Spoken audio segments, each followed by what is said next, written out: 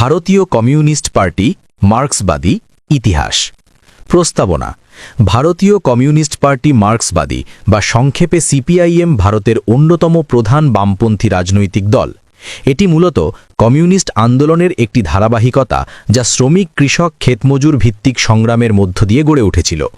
উৎপত্তি: স্বাধীনতার পরে ভারতীয় কমিউনিস্ট পার্টি বা সিপিআই ক্রমশ একটি বড় রাজনৈতিক শক্তি হয়ে উঠেছিল, কিন্তু 1960-এর দশকের শুরুতে আন্তর্জাতিক কমিউনিস্ট আন্দোলনে বিভাজন দেখা দেয়। একদিকে সোভিয়েত ইউনিয়নের ধারা, অন্যদিকে চীনের বিপ্লবী ধারা। এই মতদর্শগত বিভাজন ভারতীয় কমিউনিস্ট আন্দোলনকেও প্রভাবিত করে। 1964 সালের 7 নভেম্বর কলকাতায় অনুষ্ঠিত সপ্তম কংগ্রেসে আনুষ্ঠানিকভাবে ভারতীয় কমিউনিস্ট পার্টি থেকে বিচ্ছিন্ন হয়ে ভারতীয় কমিউনিস্ট পার্টি বা সিপিআইএম-এর জন্ম হয়। প্রাথমিক সময় সিপিআইএম মূলত কৃষক, শ্রমিক, ক্ষেতমজুর আন্দোলনের উপর ভিত্তি করে রাজনীতির বিস্তার ঘটায়। কেরালা, পশ্চিমবঙ্গ, ত্রিপুরায় এটি দ্রুত জনপ্রিয়তা লাভ করে। 1967 সালে পশ্চিমবঙ্গে যুক্তফ্রন্ট সরকারে সিপিআইএম গুরুত্বপূর্ণ ভূমিকা নেয়। বারবার রাজনৈতিক দমনপীড়নের মুখে দলটিকে আন্দোলন ও নির্বাচনী সংগ্রাম দুটো পথই সক্রিয় থাকতে হয়। গুরুত্বপূর্ণ সংগ্রাম: কৃষক ও ক্ষেতমজুরের আন্দোলন। ভূমি সংস্কারের দাবিতে বৃহৎ কৃষক আন্দোলন গড়ে ওঠে। পশ্চিমবঙ্গে অপারেশন বর্গা বা শেয়ার ক্রপার্সদের অধিকার ছিল ঐতিহাসিক সাফল্য।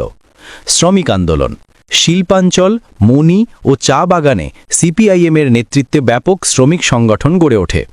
ছাত্র ও যুব আন্দোলন: এসএফআই, ডিওয়াইএফআই, সিআইটিইউ প্রভৃতি গণসংগঠন গড়ে তোলা হয়। শাসনকাল: কেরালায় স্বাধীন ভারতের প্রথম গণতান্ত্রিক নির্বাচিত কমিউনিস্ট সরকার 1957 সালে কেরালা এলো। তখন সিপিআই একত্র ছিল।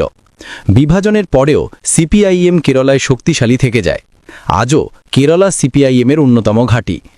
পশ্চিমবঙ্গে 1977 সালে সিপিআইএম-এর নেতৃত্বে বামফ্রন্ট ক্ষমতায় আসে এবং টানা 34 বছর 1977 থেকে 2011 রাজ্য পরিচালনা করে।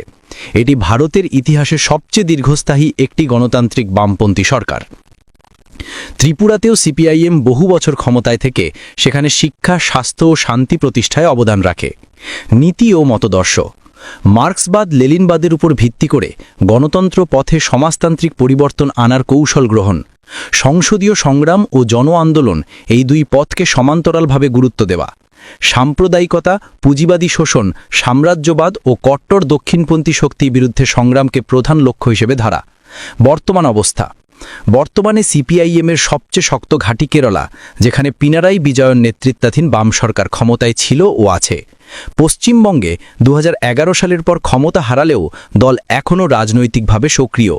ত্রিপুরাতেও একসময় শক্ত ঘাঁটি থাকলেও এখন প্রতিদ্বন্দ্বিতার মুখে।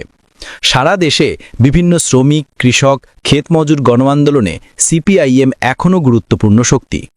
সংক্ষেপে, ভারতীয় কমিউনিস্ট পার্টি মার্ক্সবাদী হল ভারতের বামপন্থী রাজনীতির প্রধান বাহক, যাদের ইতিহাস হল সংগ্রাম, দমনপীড়ন সহ্য করে জনগণের অধিকারের জন্য লড়াই এবং গণতান্ত্রিক পথে সমাজতান্ত্রিক রূপান্তরের স্বপ্ন।